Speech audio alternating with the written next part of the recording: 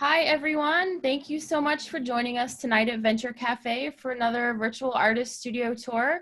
My name is Angela McQuillan, and I'm the curator at the Esther Klein Gallery, which is located at the Science Center, which is also home to Venture Cafe. So in addition to working at the Science Center, I'm also a member of the artist collective Grizzly Grizzly, which hosts about 10 to 12 visual art exhibitions per year in the Chinatown neighborhood in Philadelphia.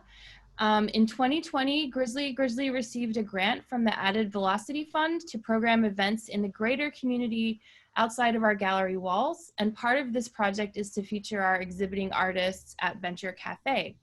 So the current show at Grizzly Grizzly is a solo exhibition called Rome 1947 by artist Leah Modigliani. Did I say that right? Okay. Which is a response to our contemporary political climate. This show went up in March, and Leah really had no way of knowing all the events that were about to unfold most recently, but I think her subject matter has become even more relevant in the past few months. So I'm really excited to have Leah with us today to give us a virtual tour of the exhibition and discuss some of the ideas behind her work. All right, so Leah is an associate professor of visual studies at Tyler School of Art and Architecture. She's an artist and scholar whose work engages many disciplines, including fine arts, art history, critical theory, cultural studies, geography, and anthropology. Her projects address topics that include the history of the avant-garde and its relationship to political critique, feminist art and writing, social dissent since 1968, the history of photography, performance, and reenactment as political strategy, and the pernicious effects of neoliberal capitalism. Leah's work has been exhibited at many galleries and museums nationally and internationally. Her critical writing can also be found in academic journals and contemporary art magazines. And her book, titled Engendering an Avant-Garde, The Unsettled Landscapes of Vancouver Photoconceptualism, was published by Manchester University Press's Rethinking Art Histories series in 2018. So I'm really excited now to welcome Leah. How are you? Good, thank you. Good. I have to sort of get into the flow of this whole Zoom event. Even though we've been doing a lot of Zoom meetings and such at the university, I can see some of my colleagues here.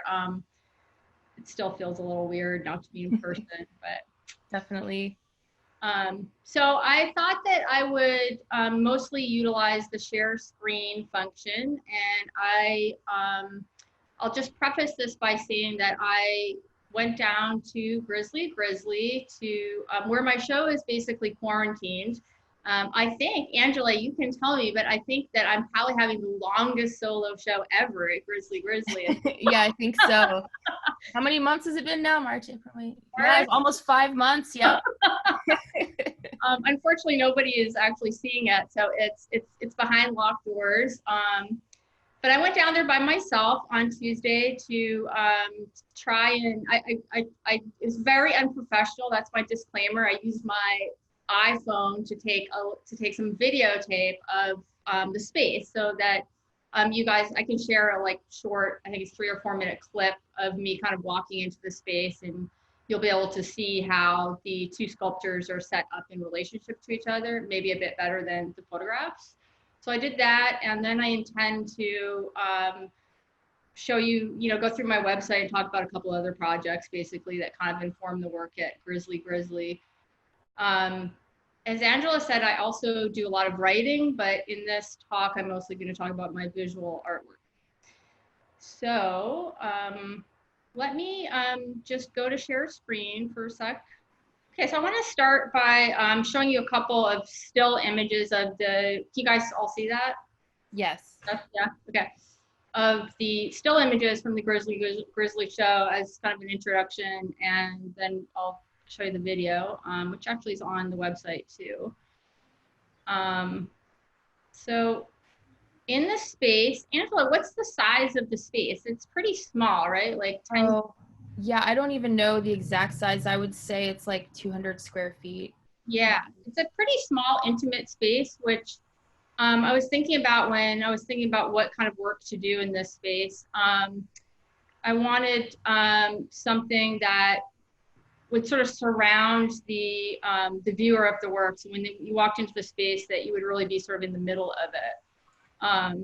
So we'll go there. When you walk in, you're kind of, this is the view you see from the front door, which you'll see in the video. And you see these two, they're about 10 feet high signs or sort of standards that are leaning at slight angles towards each other in the space.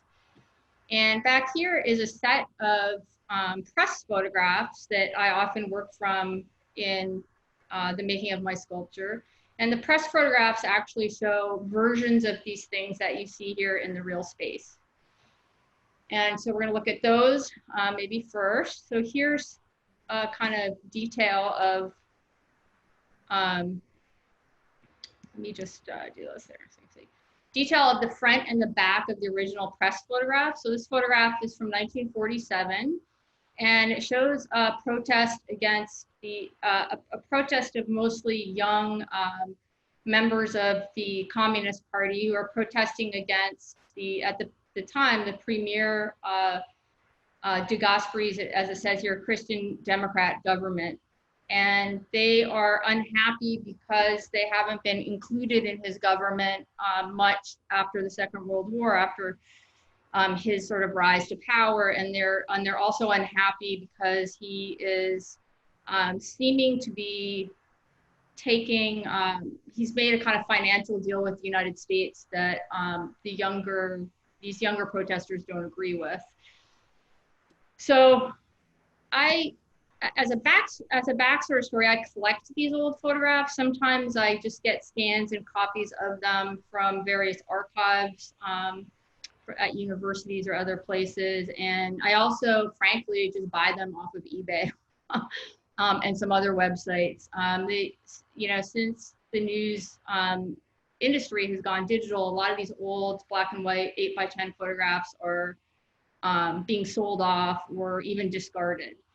And so at this point, I have literally poured through thousands of these photographs. I literally will type in protest, right? And just look at them from all over the world from different time periods. And because I have a background in sculpture, I've been pretty single-mindedly looking into the photographs for evidence of three-dimensional objects that exist in the space of the photograph. So objects that were made by people who may not necessarily have considered themselves artists, it's impossible to know, but were made with the idea of using this object to sort of designate a sort of space of free speech in a specific time and place. And so, as you can imagine, a lot of the press and photographs of demonstrations that you see from around the world in different places are mostly signs. Mostly what you see are signs. But occasionally you see other types of things, props and so on.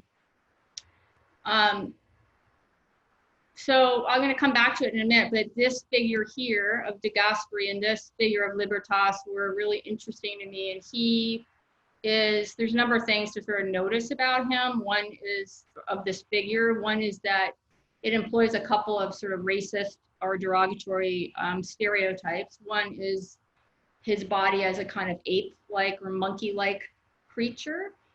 And then he has a kind of, he's got this long kind of almost hooked nose, which to me suggests a sort of anti-Semitic sort of caricature, which doesn't really make too much sense with him, but I don't know really how else to read that. It's some strange caricature. So in this sculpture, it was important for me to rethink what that figure is. I did not feel comfortable replicating it as it once was. And so this is part of the adaptations I do in my work, is thinking through how this thing changes in the new time and the new space under new kinds of political and labor conditions. So in this case, I thought that I would adapt him to represent Donald Trump. And I thought, well, what kind of animal can I sort of make a caricature out of Donald Trump? And of course, some kind of swamp creature came to mind. So Trump is sort of represented as an alligator-like figure. And Trump, while he certainly is motivated by money and by Wall Street, I think more importantly, his political motivations are controlled by his own sort of ego and narcissism. So instead of having Wall Street controlling the figure of Trump in this case, not de Gasperi, he is being controlled by a mirrored reflection of himself, basically. So that's him on the top wearing his Make America Great Again cap, and he is holding a real mirror, which reflects the sort of liberty that is tied to the emblem of the Christian Democrats in Italy at the time. So the Libertas sign is pretty true to the original photograph. I wonder if I should just stop for a second and see if anyone has any questions before. I feel like I've been talking for a long time about that, but any questions? I'm actually wondering, what does the back of the photograph say? Oh yeah. Well, let me run the video then, because I actually read it out in the video, okay? Sorry, if anyone else has any questions. Before I do that. Okay.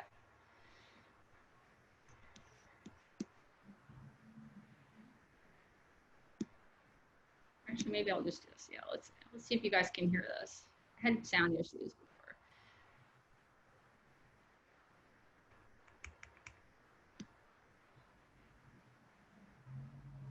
Is there sound coming out now? Yeah, I don't think it's working. Okay. I think what happens is when you share your screen, there's a little, yeah, you click and it should convert your computer sound to our speakers. Yeah. Okay, wait 1 second.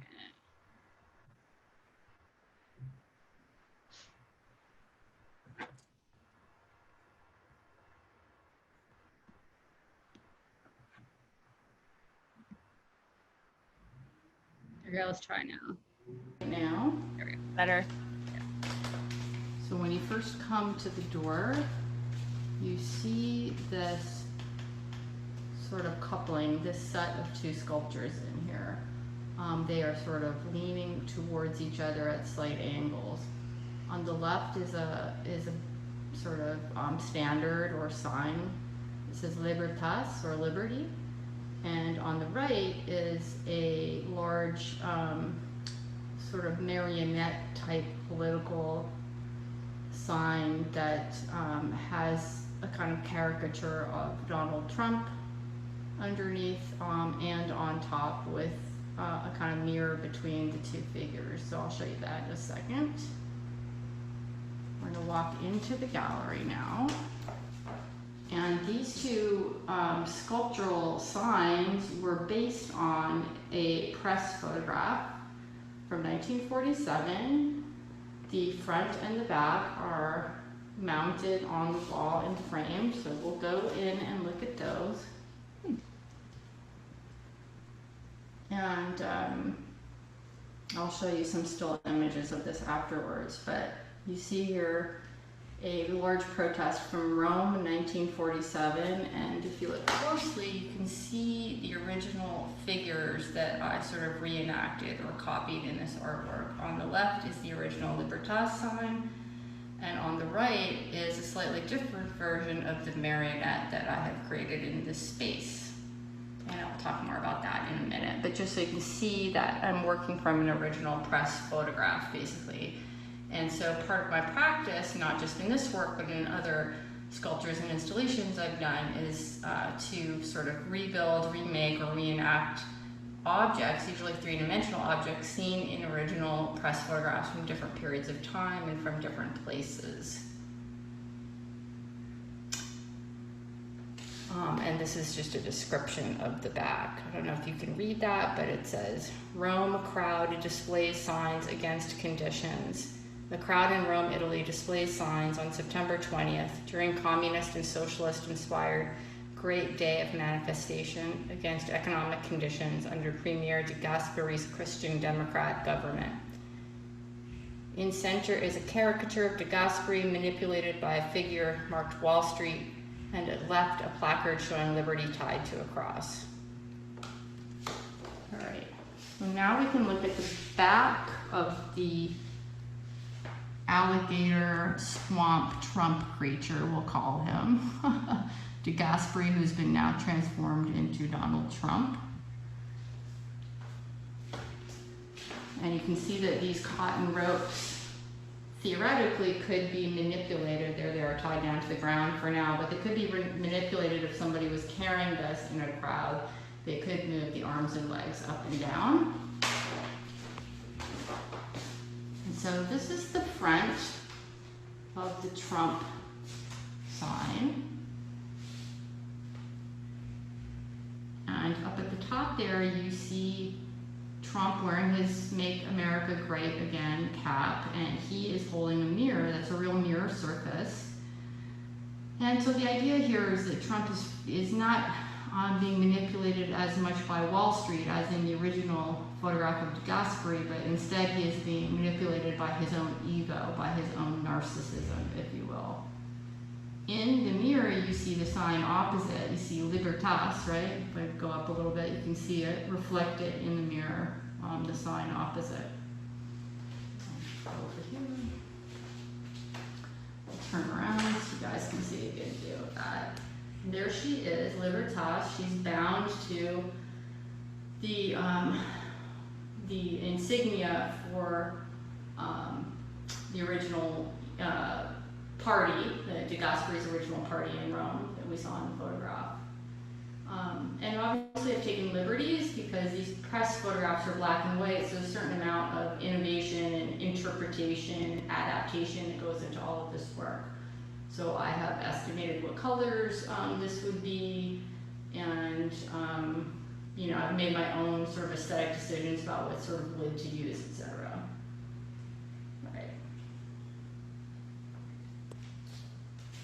Now there's one other thing in this space, sorry about that zoom quick. There is a stack here of newspapers that is really, I think, about being like a different piece, an entirely different piece. It's called a Critics Manifesto, and it's a text that is what it says. It's a manifesto about what it means to be a critic today, you know, in 2020. And I'll talk more about that afterwards, and you guys can ask me some questions maybe if you want. So this is also in the room as a kind of stack that people who visit the gallery can take away with them. Okay, I think I'm going to end the video tour here, and then we'll also show some still images afterwards. Okay, so I'm going to give you guys a little tour of the show here. Stop that. Okay.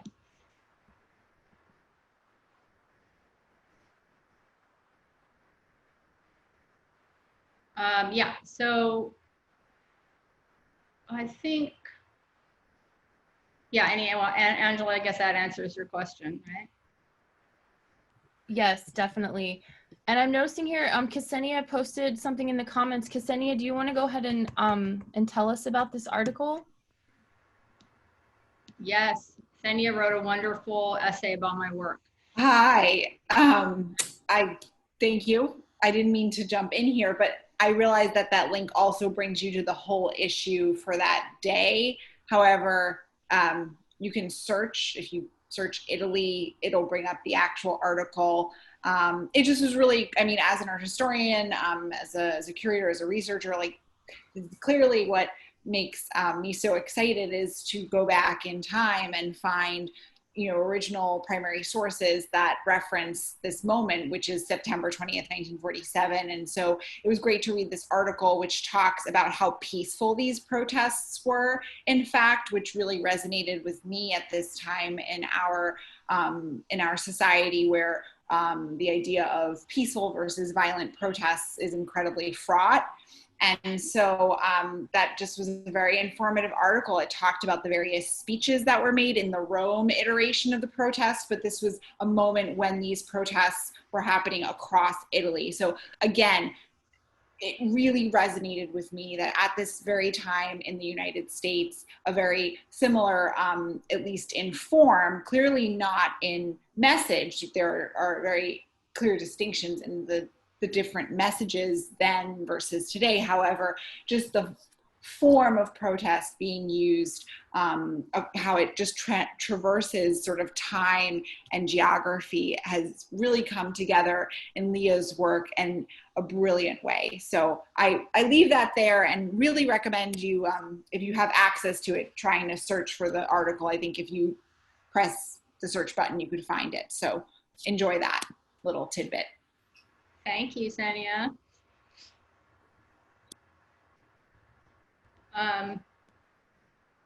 All right, well, I think what I'll do is show you guys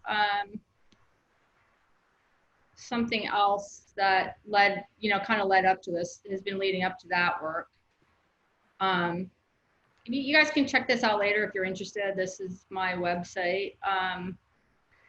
So this Rome 1947 exhibition is really part of a kind of ongoing longer project that I guess I started it 5 years ago, around 2000, sometime in 2015. And at this point, it includes, I have to add them up, 6 or 7 or 8 sculptures, I guess, that are kind of like an archive. The title just keeps growing. So every time I do a new place, I simply title it after the city and the date, and that becomes the sculpture's work, and eventually it's a large collection. So this was an exhibition of a number of these sculptures that was at the Art Gallery of Windsor 3 years ago, I think. Jeez, I can't even remember. Yeah, 2 years ago. Okay. So you can see here how some of, let me show you this, maybe this one. I like this one quite a bit. This is the original press photograph from Green Park in London in 1969. And essentially, it was about, so-called hippies sleeping overnight in the park, basically.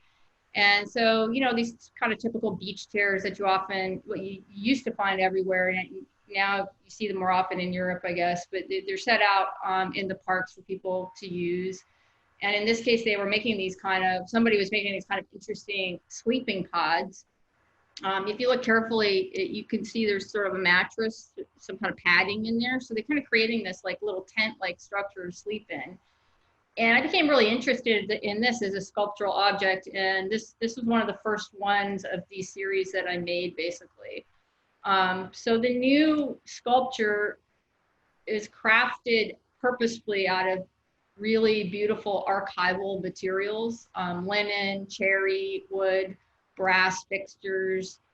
And it is also made to, frankly, a kind of museum-friendly scale. It's not quite child scale, but it's also not the same scale that it would have been in the original. It's sort of like 2/3 scale. So there's some sort of purposeful adaptations that are going on in the recreation of these objects. Sometimes it's decisions about color, sometimes it's decisions about scale. But I was very purposefully thinking about what the labor of an artist is in sort of the late 20th, early 21st century, and how that's so different from the labor of activists or protesters, or even just other kinds of work, and who are we making this artwork for now in sort of when this was made, 2015 or 2020. And clearly an object like this is, if purchased, if collected, is going to be collected by an institution, or maybe a very specific and very small group of collectors.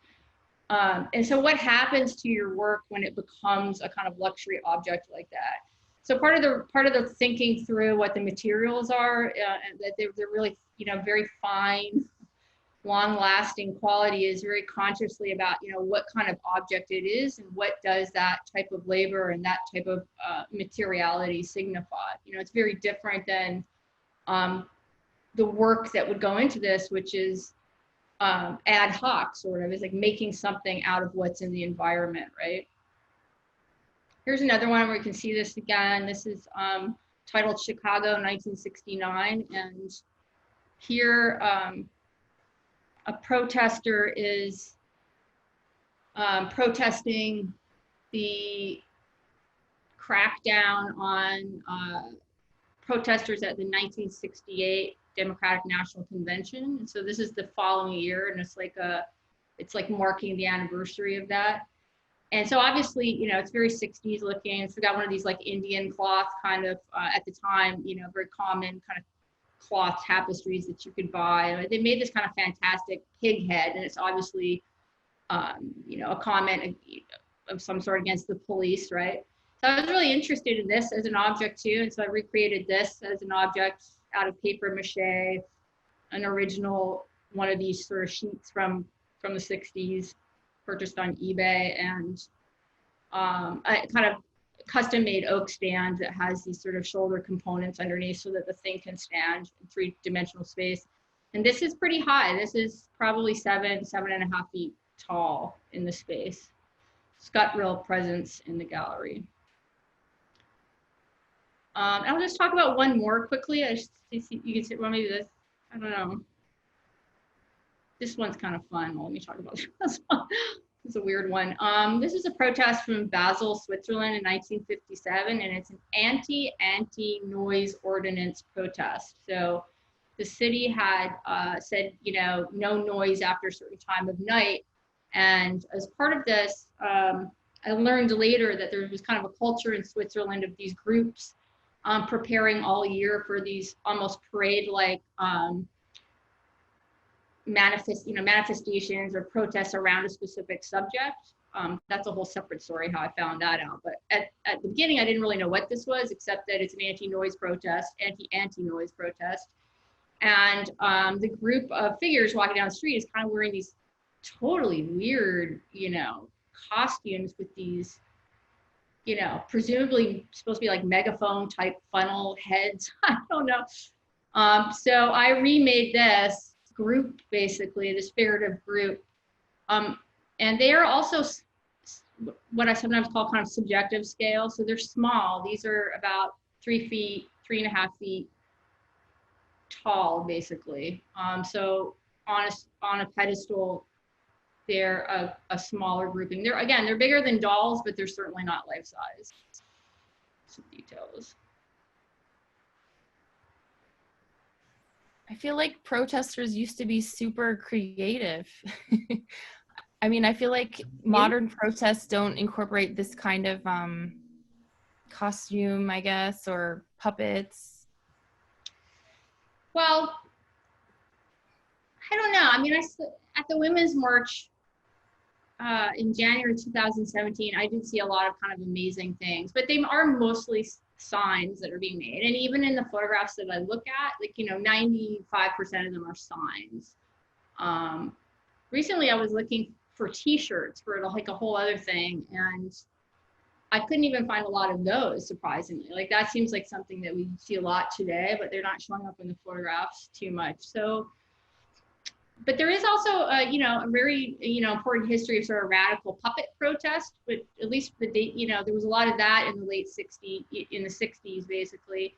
And some of that, you know, worked like what Red and Puppet were doing in New York is, you know, the most amazing kind of objects and interactive performances with people on the street, basically. So yeah, you know, this is, that was a fun project. I mean, as an artist, I'm sort of drawn to these sort of odd objects that would take some sort of creative problem solving, and again, like aesthetic adaptation to remake, you know. What material would this be? What color would this group be?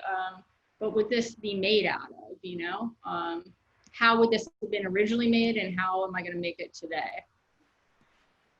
So yeah, so this is an ongoing series, basically, that the Rome 1947 work comes out of, and it's sort of never ending. Like, it's, you know, I was trained kind of as a conceptual artist, and so I tend to work in patterns or in series a lot of time. Yeah. Talia says that these make me think of the appropriation of the Handmaid's Tales in recent pro-choice protests. Oh yeah, right. I mean, I do love those cloaks, you know. That design show that was at the PMA recently. Does anyone remember what the title of that show is? Design for different futures. Yeah. Yeah. It's one of the original costume designers handmade cloaks there, and it was kind of fun to see it up close. But yeah, there's something very kind of archetypical about these cloaks, you know, and they show up in all kinds of contexts, and they're foreboding kinds of things, right? And how do you think, like, when you see these original objects, they're obviously like surrounded by people and noise and movement, and in the gallery they're, you know, still and quiet. How do you think that sort of changes the object? I think there's a huge difference, and I'm really interested in that tension, actually. Like, they're very self-consciously art objects now in my work, right? So instead of trying to pretend that there's something different, I want that to really be part of the content of the work. So they're silenced in a way. I mean, now they're really talking about a different thing, right? So this is where the differences in labor come into play. That the objects are, in a sense, they're commenting on the ways that that political images in the past are made aesthetic in the present, and how they are then used in different ways in the present. And that original labor that would go into, like, you know, this guy here on the left making this barrel that he's wearing, right? Like, the impulse that would go into making that thing in 1982 is totally changed in its self-consciousness in my work. And so that's part of, there's something troubling about the work that I want to acknowledge is there. Like, I'm also making them aesthetic. You know, they're aesthetic objects. They're made out of really fancy archival material, so they could theoretically be collected. So what does that mean if we take those images, those political images from the past that arose out of a real network of social possibilities, right? And then we kind of sequester them as an aesthetic image in the present. Like, I don't have a specific answer for that, but that's part of what I'm interested in doing, in a way, is like kind of calling attention to that shift that's going on. Does anyone have any questions or comments for Leah? I guess I'm just curious about just listening to you, and I don't want to put you on the spot, but I guess the thing that is coming to my mind when I'm listening to you is, so where do you consider this work on the spectrum of a critique of the art world versus playing into what you might be critiquing? Like, where are you in that thinking, in that space of critique versus being a part of? If that makes sense. Yeah, well, I think critique is an ongoing process, right? That changes over time. I don't think you can say something is specifically one type of critique or another. And I think that in working through something, there's something critical going on, right? So in the looking for the images, in the way that the images start to accumulate, you know, in your mind, in your experience of just looking through, like, literally at this point thousands of them, and seeing what they are, and then that translation that happens is all part of a critical process. I think, you know, I'm very much a part of the art world, but I'm also not a commercial artist, which I think is sort of important to point out. I don't actually have a gallery representing me. I've never really pursued that, to be honest. So the work that I do is often for kind of non-commercial spaces or places, which is, it's not entirely true. I mean, I have work in museum collections, right? So it's not like, I don't think you can be outside of the market, you know, 100%, that's impossible. So the critique of the art world is as much of a critique as just the world in general, right? That allows for these things, any of these political actions or objects of lost visual culture to exist in the first place. But it's part of a bigger conversation that I have with myself, and I think we all as artists all of us that make things that have, which is, especially in, this time feels like, it's stressful. It's full of anxiety. We don't really, there's all of these major issues competing with each other for our attention, and they all are equally compelling, right? And it's very hard to understand, like for me, I don't want to speak for all the other artists out there, but I think, it's very hard to rationalize making art at this moment. And yet I guess many of us feel compelled to do it. So there's something all about that, in the artwork, like what kinds of activisms are valid, right? Like, is it better to be literally on the street, like protesting a specific issue? Or is there some value in doing this, as an academic, sort of doing these things that are less on the street and more behind the scenes? And I think actually they all have their importance and they all have their place. But as somebody who actually likes to make things, and not all the time, but pretty consistently, I kind of wrestle with that. There's something that feels self-indulgent about it right now, I have to say. I don't want to speak for the rest of you, but I think there's part of that. It's like, what are these political objects that I'm making? I don't know. It doesn't really answer your question, but it's a long segue. It's definitely interesting. I mean, it's definitely something that many of us, and I certainly have been thinking about too, but it's interesting, those objects, especially the lawn chairs. It feels like, yeah, it does.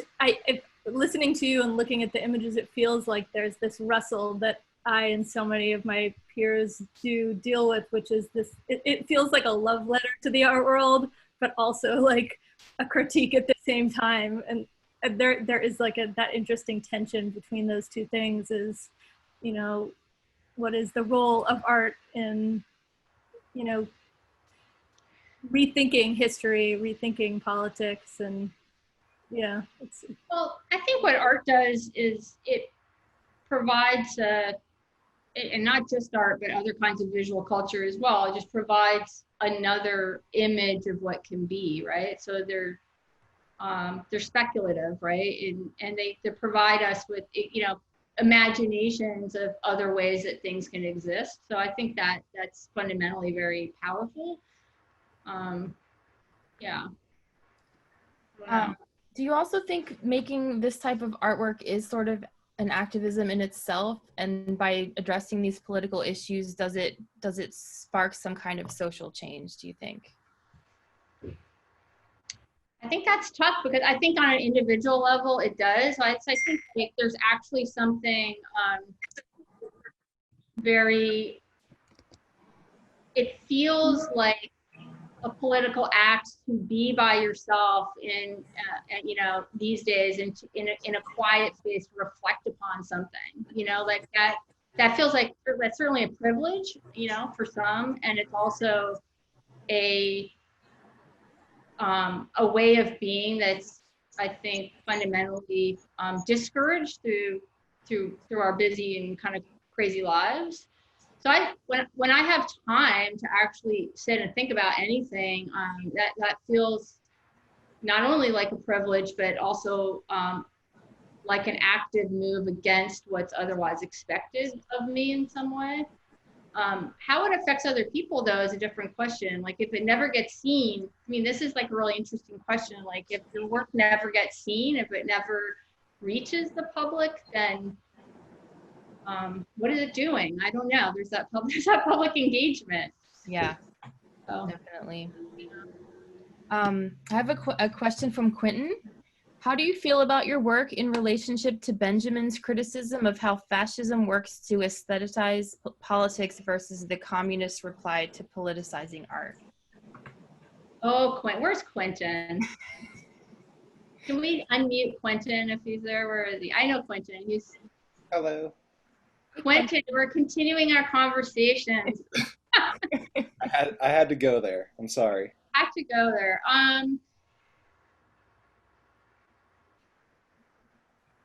I want you to answer your own question. I know that's a cop-out, but I think that was what I was just talking about, right? Like, if the work is, okay, if your work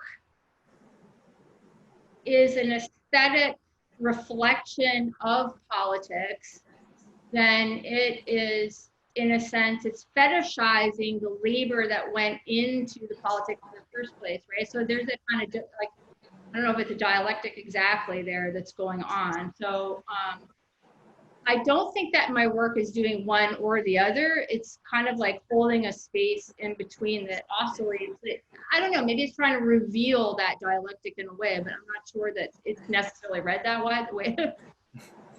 way when people go into the gallery. And so one thing that I try to do to elucidate that sort of tension, if you will, in the exhibition space is by very consciously having the original photograph that's like the document of the actual, I don't know if actual is the right word, the original political act, right, that I'm then like reenacting or copying in the present, to have that actually be somewhere in the space physically that people can use as a reference or that people can see, but it may not be the first thing that they see.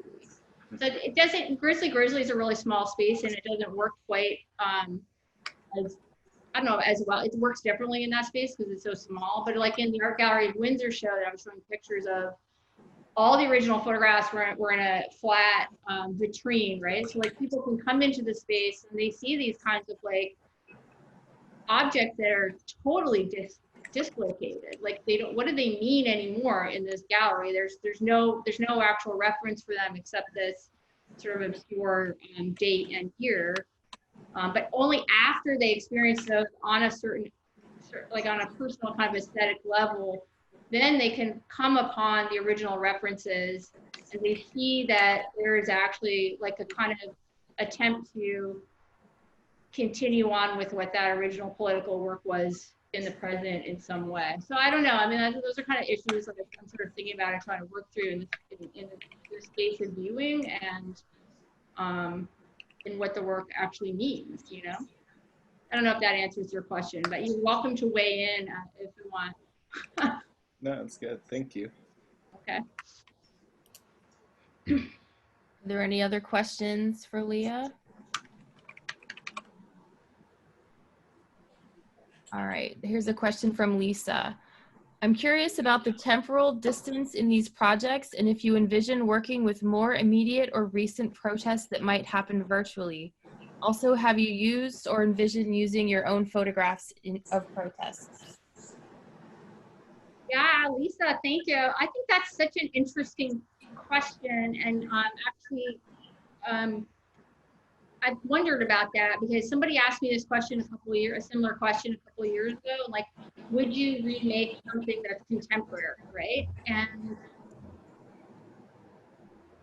I don't think the answer would be no.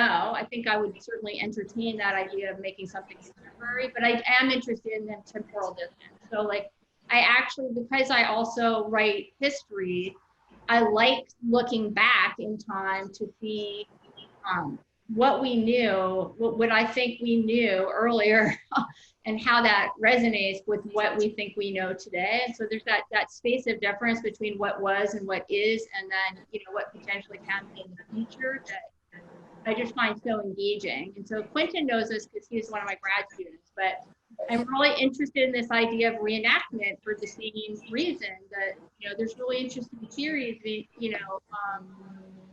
like I'm really into this book that I made Quentin read by Rebecca Schneider called Performing Remains, which is about theater and reenacting it. And I'm also really into this book called The Miracle of Analogy by Kaja Silverman. And in both cases, they're talking about how simply a photograph or something, thanks, Quentin. A photograph or something from the past always works is analogous to something going on in the present. So the reason we respond so strongly to historical images is because, of course, we're trying to make sense of them in the present, right? And so whatever the thing was in the past almost doesn't really, whatever it truly was, doesn't even really matter anymore because it's how we're using it in the present that matters, right? Like, your reality is actually the reality that you believe in, for better or for worse today, right? But, and so I'm really interested in that. And like,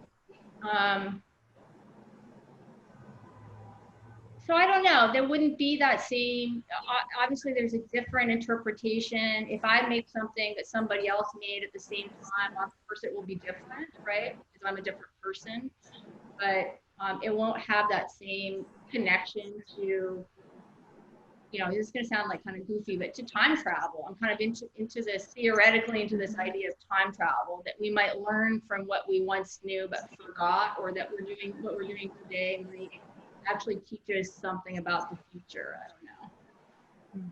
So I'm not, so far I haven't been too drawn to contemporary events, although there's some amazing visual culture being produced all the time in these protests. Well, yeah, just talking about the protests, you created this exhibition in 2019, basically, and you put it up in February. How did this work change, you know, with the recent George Floyd protests and just everything that's been going on? Has it taken on a new context? Well, yeah, I think it's, it feels a little, I don't know if it's changed a lot because it's specifically about Rome. So for me, it's different. It feels like a different place, but it,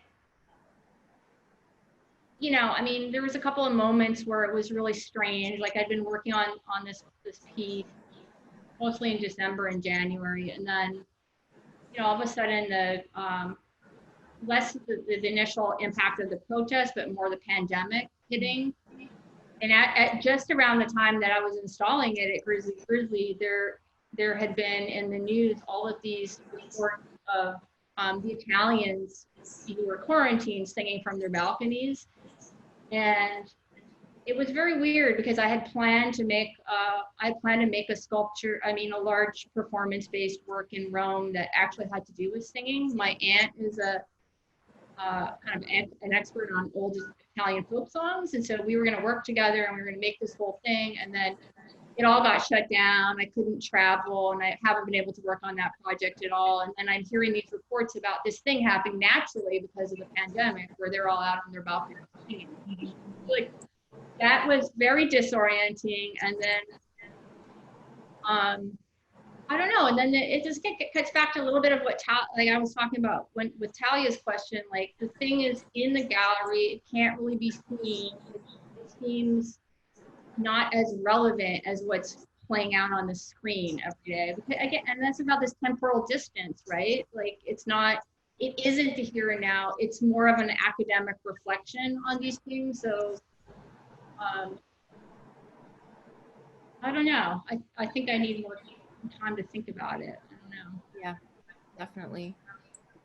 It doesn't feel as urgent as, you know, people, as the recent protests, Black Lives Matter and all that. Yeah. Yeah. Does anyone else have any questions for Leah? Well, I just wanted to point out that at the end of Ksenia's essay about Leah's work, she said that it could, you know, be brought out into the protests. So I did really appreciate that moment in her essay, and I liked imagining it being brought out of the gallery. And I know at the opening, people were asking about whether it moved or whether it was just an object or whether it actually was real and could move. And I liked imagining it going out into the world. And then that's true. I mean, I guess you did literally carry it outside, right? Yeah. And that's one of the formal limitations of the work. I think it would be super heavy to carry around outside. Realistically. But yeah, actually, I mean, thank you, Talia. It's a great comment. And, you know, and Senia's comment too, like, in a way, it's sort of like, it needs to be more outside. It reminds me of, like, there's this great conversation with, I think it was like Alan Capro and I want to say Robert Smithson, but that can't be right. But anyway, there's a great conversation from the 60s where they're talking about museums as mausoleums, and they're all like super critical of what the museum and gallery kind of space is. And there's all these comments about how, you know, that's where I'm paraphrasing, but art goes to die, and like we need to, you know, Smith's gonna say we need to go outside, right? And Capro is about like, you know, in reenacting, you know, having this sort of theatrical experience with things, and I don't know, makes me think of that, like so much. There's so much that's so urgent outside right now that. I think that's what made me think of it as being a critique of the art world, because that same object, if it was marching, you know, up the parkway, would take on such a different resonance, and I think people would interact with it and respond to it in such a different way. And the second it comes to the gallery, it is like this hallowed, precious object, and you don't quite know how you're supposed to relate to it. Whereas on the street, it's super clear. That's true. Yeah, it's interesting. Like, oh, go ahead. Somebody was gonna. Oh, I was just gonna say, I wonder what the mirror would be reflecting if you took it out onto the street. Yeah. Yeah. I had one final question. Because you were talking about time travel, and Baudrillard makes a critique of the nature of media, essentially like making it so that we process and synthesize historical events before they're even happen or have even finished. The speed and direction of like the inertia, the flow of media is such that like it's almost makes it impossible to fully like grasp something. How do you think about the nature of like political work or like protest images in this time where we can essentially, I mean, aside from like coronavirus being like the only thing that was on the news for many months, even the Black Lives Matter protests were able to be like washed through like the media sphere in a matter of like 2 to 3 weeks now. Like, how are we ever supposed to like grapple with the historical ramifications of these images if the transhistorical like referent to them actually doesn't even have weight in their own time? Yeah, well, that's I think that's something I struggle with, because in that situation that you're describing, that's situation where what any one person thinks in any one moment is, again, like their reality, right? And so how is there any sense of shared value? How is there any sense of shared political purpose? How is there any shared sense of even meaning to a certain degree, right? Like, I mean, I think there are shared values, clearly. I mean, people fundamentally still value life. And so these protests are about that, thank God, you know, but I think that this is the trouble, right? Because what makes my point of view any more relevant than anybody else's, basically? So I don't know if there's a kind of like a radical contingency, but you know, what does that actually mean? This is something I talk about with students all the time, because on the one hand, there's this great openness to everything being right and everything being permissive and everything, and this flow kind of that you're talking about, right? And all this choice, which is also a kind of privilege we should be clear about, right? Like, there's plenty of people that don't have any of what I described. So those of us who are really privileged have all this choice, and there's all this kind of potentially radical contingency, but you lose something in that too. You lose a kind of anchoring, and I don't, you know,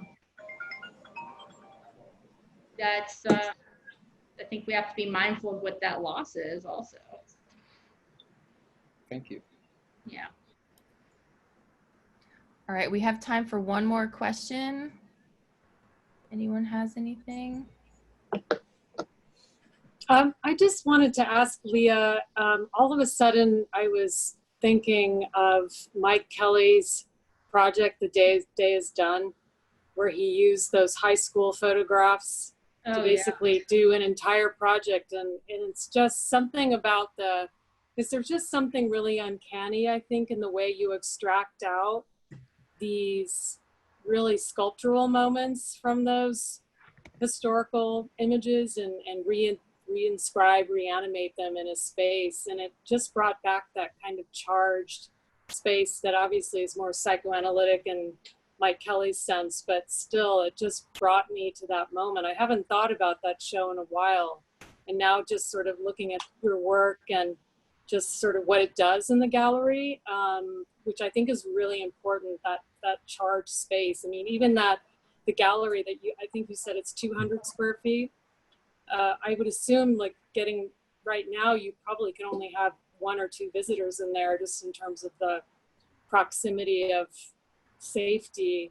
But still, there's just a sense of the way you handle the objects that reminds me of that charged space that Mike Kelly makes with his installations. Yeah, thanks, Lisa. I actually saw that big installation of his in New York, and I don't know if you saw it. It was probably 2007 or 8 or something. Anyway, Right. I forget what gallery was he with, whatever gallery it was, all the big screens. Yeah. Gagosian. Yeah, it was intense. Yeah, I remember, to see his show at PS1 later was actually very moving. I was surprised because I didn't think that I liked Mike Kelly as much as I did after he was gone, when they mounted that big retrospective of his work. But I mean, I appreciate your observation, because I haven't really talked about that too much, but there's an aspect of staging to this work that is really important to me. And, I haven't been talking about my art historical scholarship, but I wrote a whole book really about Jeff Wall's photographs, which are essentially, staged photographs. And so I've spent a lot of time thinking about how one sets up a tableau and kind of what that means. And because I was trained as a sculptor, I really think about what that means in a 3-dimensional situation. And so other installations I've done have been very purposeful about how the viewer walks into the space. I did this, I don't think we have time to get into it, but I did an installation at Vox Populi, which really dissected the whole gallery but with a wall. And the viewer had to choose which side to see, basically, and you couldn't be you couldn't be on both sides at the same time. So I do think a lot about how the viewer unwittingly perhaps becomes an actor in the drama in a certain way, which is why I think I'm like, it's not natural for me to actually take my sculptures outside, because I think then I've lost that kind of theatrical control for whatever that means. I'm just conscious that it doesn't feel natural to take these things outside. So yeah, thanks, Lisa. Thanks. All right, well, I think we're coming up on 7:45. Thank you so much, Leah, for taking the time to show us your exhibition and tell us more about your work. It was really amazing and a great discussion, everyone. So I went ahead and put Leah's website and the Grizzly Grizzly website in the chat. And as a member of Grizzly Grizzly, we don't know when we're going to reopen again, but just stay, check back on the website. And I'm sure, there'll be an opportunity soon to see Leah's work in person.